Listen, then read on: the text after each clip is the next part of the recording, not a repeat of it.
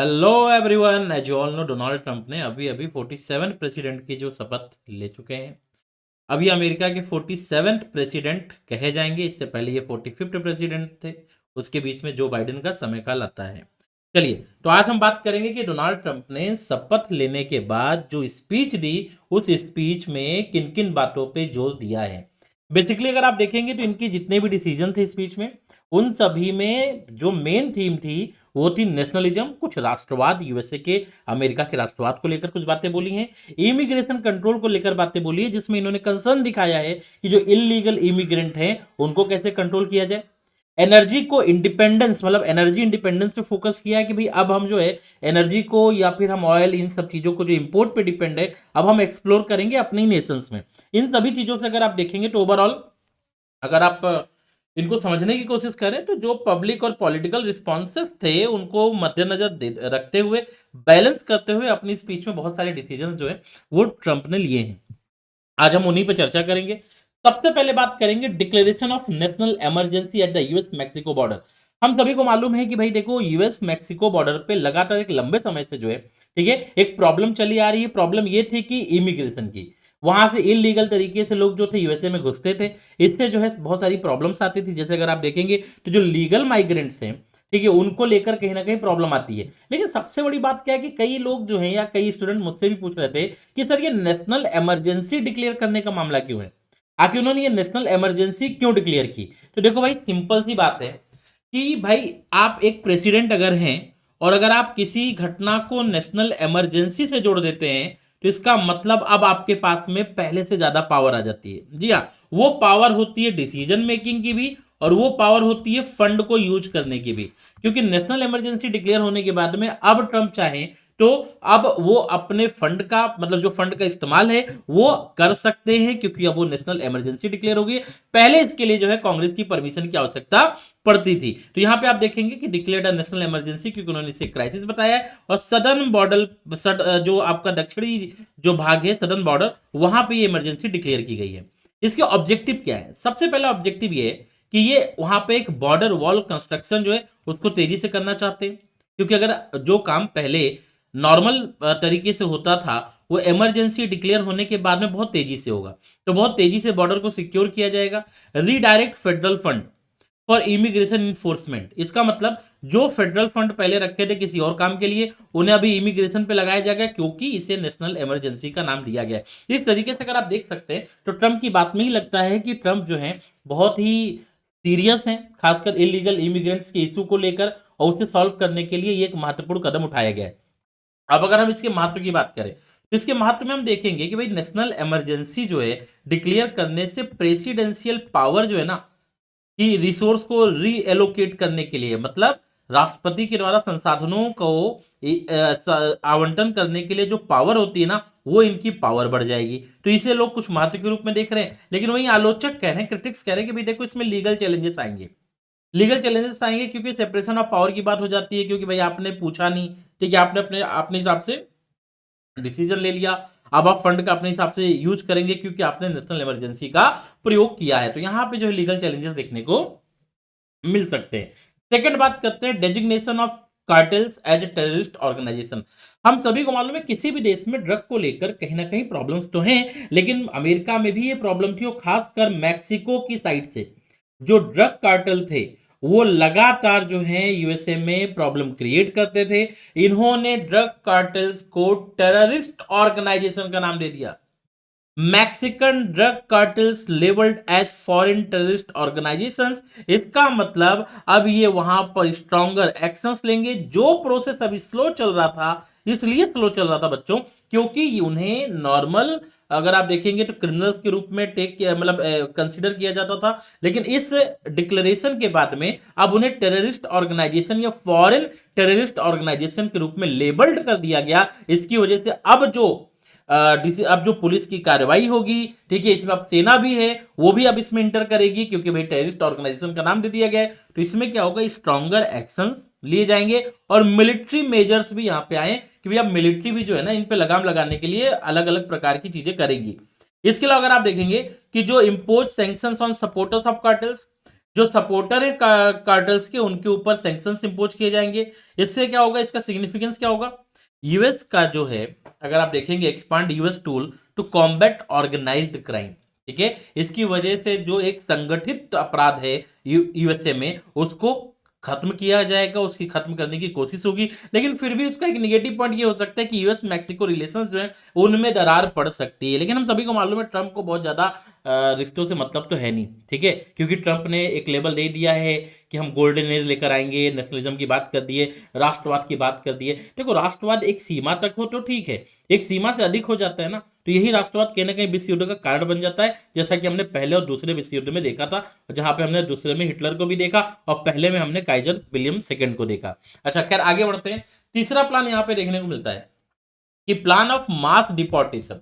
मास deportation मतलब, कहने का मतलब, देखो ट्रंप कह रहे कि सीधी सीधी बात है बेटा, ठीक है, अब यार हमारे पास आओ तुम, हम तुमको पकड़ें, फिर तुमको रखें, हम खर्च करें, अब ये सब कुछ नहीं होगा।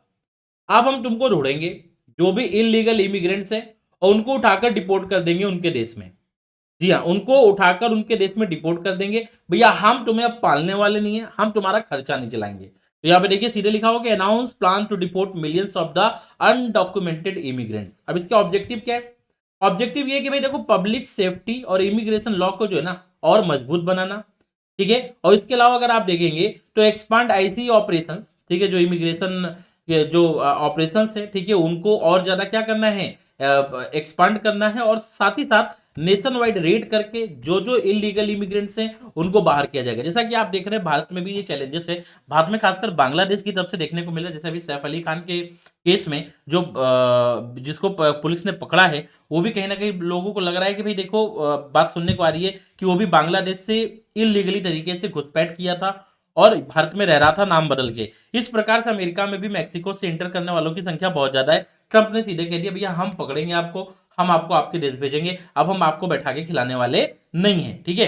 अब सिग्निफिकेंस देखेंगे, सपोर्टर्स कहते हैं कि भाई ये तो लॉ एंड ऑर्डर को री करेगा, फिर से कानून मजबूत होगा, साथ फॉर एग्जांपल इमिग्रेशन लॉ जो है वो मजबूत होगा। लेकिन क्रिटिक कह रहे हैं कि देखो, ह्यूमैनिटेरियन और फैमिली सेपरेशन इश्यू आएगा भाई, ठीक है। अब अगर आप किसी किसी के पास में नहीं है, उसका परिवार जो है पहले से यहाँ पे रह रहा है, मान लो उसके पास में डॉक्यूमेंट है और बाकी लोगों के पास डॉक्यूमेंट नहीं है, तो उनको आप अलग कर दोगे, तो यहाँ पे जो है पिता बेटे अलग हो सकते हैं, फैमिली अलग हो सकती है, माँ बेटे अलग हो सकते हैं, ठीक है, हस्बैंड वाइफ में सेपरेशन आ सकता है। तो भाई देखो, ह्यूमैनिटेरियन ग्राउंड पे कहीं ना कहीं इसका अगर आप देखेंगे तो चैलेंज देखने को मिलेगा, ठीक है, और इसको लेकर भी कहीं ना कहीं अमेरिकन गवर्नमेंट को सोचना चाहिए, ये आलोचकों का कहना है। अगली बात पे चलते बच्चों। अगली बात है एनर्जी पॉलिसी रिफॉर्म्स की। एनर्जी पॉलिसी रिफॉर्म्स में ट्रम्प कहते हैं कि भाई देखो, सिंपल सी बात है, हम इससे पहले क्या करते थे, हमने रेस्ट्रिक्शन लगा दिया था कि हम भाई ऑयल गैस और कोल का एक्सप्लोरेशन नहीं करेंगे। हम अपने देश में जो है ना, हम तेल की खोज नहीं करेंगे, गैस की खोज नहीं करेंगे, कोल की खोज नहीं करेंगे। क्यों? क्योंकि इससे हमारी बायोडाइवर्सिटी पे, इससे हमारे जो मरीन जो हमारे यहाँ पे एनिमल्स हैं, ठीक है, स्पेसीज है, उनके ऊपर निगेटिव इंपैक्ट पड़ेगा और हम इंपोर्ट पे डिपेंड हो गए थे। नहीं, जहां पे ट्रंप ने बोला ड्रिल बेबी ड्रिल, यस, मतलब ट्रंप कहते हैं कि सीधे भाई देखो, अब हम क्या करेंगे, हम अपने डिसीजन, जो सरकार का डिसीजन, से रिवर्स करते हैं। अब हम रेस्ट्रिक्शंस को हटा रहे हैं। अब हम यहाँ पे क्या करेंगे, अब हम यहाँ पे कोल एक्सप्लोरेशन भी करेंगे, ऑयल और गैस का एक्सप्लोरेशन भी करेंगे। अब इससे क्या होगा बेटा, इससे डोमेस्टिक एनर्जी प्रोडक्शन एक्सप्लोर होगा, डेवलप होगा, और ये जो फॉरेन एनर्जी पे डिपेंडेंसी अमेरिका की कम होगी, जो निर्भरता है ना कि भाई विदेशों से हम चीजें खरीद के ला रहे हैं, उस पे इनकी निर्भरता कम होने वाली है। और ये अपने देश में क्या करेंगे, एक्सप्लोर करके और खनिज जो है, या जो ऑयल और गैस है, इसको प्राप्त करेंगे। अब इसके चेंजेस क्या है, अगर मैं की चेंजेस की बात करूं तो देखो भाई, open federal land for drilling, जो फेडरल लैंड है अब वो ड्रिलिंग के लिए ओपन है। अब आप वहां पे जाइए भाई, ड्रिल करिए, एक्सप्लोर करिए, खोजिए, ठीक है। Revoked offshore oil exploration limits, जो ऑफशोर में जो एक्सप्लोरेशन लिमिट उसे रिवोक कर दिया गया है। अब आप समुद्र में भी जाके, ऑफशोर में भी जाके क्या कर सकते हैं, आप वहां पे जाकर गैस, नेचुरल गैस या फिर ऑयल जो है, इनका एक्सप्लोरेशन कर सकते हैं। अगर मैं सिग्निफिकेंस की बात करूं तो expected to create job but raises ecological concern. अगर मैं इसके पॉजिटिव एस्पेक्ट देखूं तो एक्सप्लोरेशन होगा, बड़ी बड़ी फैक्ट्रियां काम करेंगी, ठीक है, तो वहां पे जॉब क्रिएट होगा। लेकिन बेटा, इकोलॉजिकल कंसर्न भी तो हो रहा है, क्योंकि अगर आप समुद्र में जाके आप एक्सप्लोर करना चाहोगे तो वहां पे मरीन स्पेसीज को नुकसान होगा, ठीक है। अगर आप भू पर मतलब जमीन पर आप एक्सप्लोर करोगे तो वो कहीं ना कहीं इन्वायरमेंट को खतरा पैदा करेगा, क्लियर है, प्रदूषण बढ़ेगा, पॉल्यूशन इंक्रीज होगा। तो इन सभी को लेकर कंसर्न भी देखने को मिल रहे हैं, ठीक है। लेकिन ये ट्रंप का डिसीजन है एनर्जी पॉलिसी रिफॉर्म्स को लेकर। आगे देखेंगे, ये बहुत ही अद्भुत हुआ क्योंकि सभी को मालूम था ऐसा कुछ होने वाला है। आपको जहां तक मैप पे यहाँ पे दिख रहा होगा, ठीक है, ये आपको गल्फ ऑफ मैक्सिको दिख रहा होगा, जी हाँ। तो गल्फ ऑफ मैक्सिको जो कि, ठीक है, यूएसए में आप देखेंगे सदर्न पार्ट में था, उसे रीनेम किया गया है, जी हाँ। गल्फ ऑफ मैक्सिको जो था बच्चों, ठीक है, मैं आपको यहां पे बताना चाहूंगा जो गल्फ ऑफ मैक्सिको था, ठीक है, just wait for a minute. जो गल्फ ऑफ मैक्सिको था बच्चों, यहां पे आपको ध्यान देना है, ठीक है, समझने की कोशिश करना है कि जो गल्फ ऑफ मैक्सिको था उसका नाम गल्फ ऑफ अमेरिका, जी हाँ, रीनेम किया गया, गल्फ ऑफ अमेरिका किया गया है। तो एक पॉइंट तो आपको यहां पे ये देखने को मिलता है। और दूसरा अगर आप देखेंगे तो माउंट देनाली, माउंट देनाली जो है इसे माउंट मैक किनले किया गया है। पहले ये सरकारी नाम होता था मैक किनले,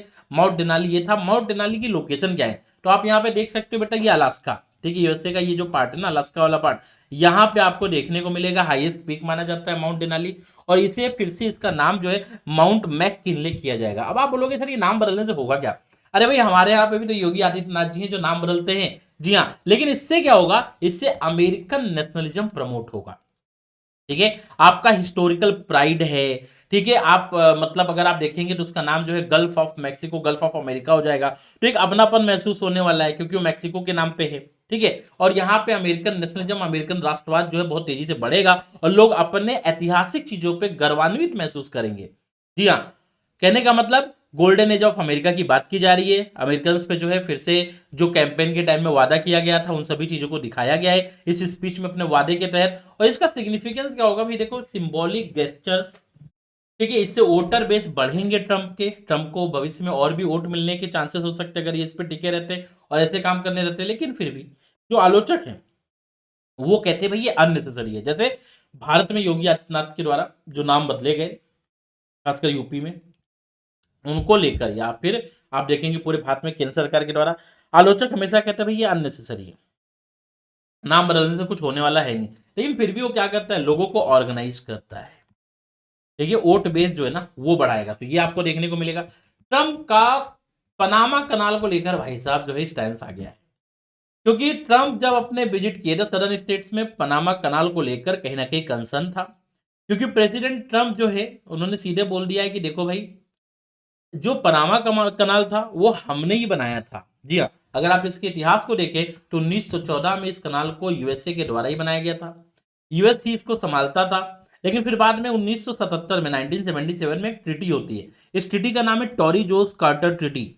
बेटा इस ट्रिटी के द्वारा क्या होता है, ठीक है, इस ट्रिटी के द्वारा 1977 में जो ट्रिटी होती है, set the framework for the canals transfer to Panama. इससे क्या होगा, कनाल कहां पे ट्रांसफर हो गया, पनामा की ओर ट्रांसफर हो गया। एंड फाइनलाइज ऑन December 31, 1999, और 1999 से पनामा कनाल अथॉरिटी जो है इसे संभाल रही है, जी हाँ, पनामा कनाल अथॉरिटी जो है वो इसे संभाल रही है। लेकिन फिर से वहां पर ट्रंप का स्टैंस क्यों देखने को मिला? ट्रंप कहते कि देखो भाई मेरी तो जो दो चिंताएं हैं। पहली चिंता कौन सी है, यार तुम हमसे टैक्स बहुत ले रहे हो, जी हाँ, एग्जॉर्बिटेंट, एग्जॉर्बिटेंट का हिंदी होता है आप बहुत बड़ी मात्रा में हमसे पैसे ले रहे हो। इससे जो हमारी यूएस की शिपिंग एजेंसी है इनके ऊपर इकोनॉमिकली कहीं ना कहीं बर्डन हो रहा है, और अमेरिकन इकोनॉमिक इंटरेस्ट जो है ना ये कहीं ना कहीं खतरे में है, क्योंकि भाई हमें ज्यादा टैक्स देना पड़ रहा है, हम ही ने वो कनाल बनाया था। इसके अलावा ट्रंप की जो दूसरी चिंता है वो फॉरेन इन्फ्लुएंस को है, क्योंकि पनामा कनाल के आसपास में बहुत से इंफ्रास्ट्रक्चर प्रोजेक्ट जो हैं वहां पे चाइना ग्रो हो रहा है, और इसने ट्रंप को एक अलार्म सिचुएशन में रख दिया। जब ट्रंप का विजिट सदर्न स्टेट में हुआ, ट्रंप को पनामा के बारे में चीजें पता चलती हैं और देखते हैं कि चाइना कैसे तेजी से अपना इन्फ्लुएंस बढ़ा रहा है। इसको लेकर अगर मैं देखूं तो कल बिल्कुल सीधे बोल दिया गया है, चाइना का इंफ्रास्ट्रक्चर प्रोजेक्ट जो वहां पे है, चाइना के इन्वेस्टमेंट की वजह से जो वहां पे चाइना का इन्फ्लुएंस बढ़ रहा है, ये जो है नेशनल सिक्योरिटी रिस्क है। और इसको लेकर चाइना को है खुलेआम से अगर आप देखेंगे धमकी दी गई है कि भाई देखो पनामा कनाल जो है ना अब तो हम ले रहे हैं, ठीक है।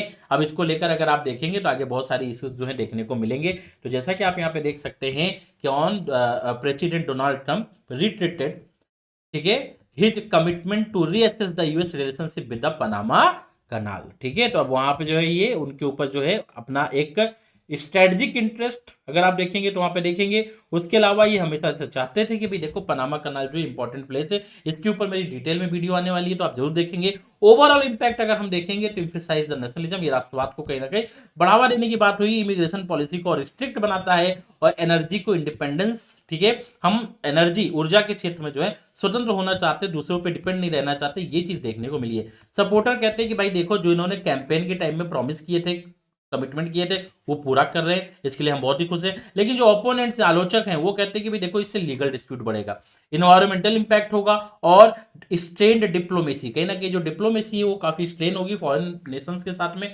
ये प्रॉब्लम्स यहाँ पे देखने को मिली है। तो आई होप वीडियो आपको पसंद आए, ठीक है, तो लाइक करिएगा। याद रखिएगा उत्कर्ष यूपीएससी के सभी कोर्सेज पर 28 जनवरी तक, जी हाँ, आपको 90% का डिस्काउंट है और साथ ही साथ 3 महीने का आपको एक्सटेंशन फ्री मिल रहा है और 10% का डिस्काउंट आपको कोर्स की वैलिडिटी को बढ़ाने पे मिल रहा है। तो एंजॉय करें, ठीक है, सब्सक्राइब करें और हमारे साथ कदम से कदम मिलाकर यूपीएससी की तैयारी करें। Thank you so much. मैं दीपक सिंह, ठीक है, अब आपसे अलविदा लेता हूँ। Thank you.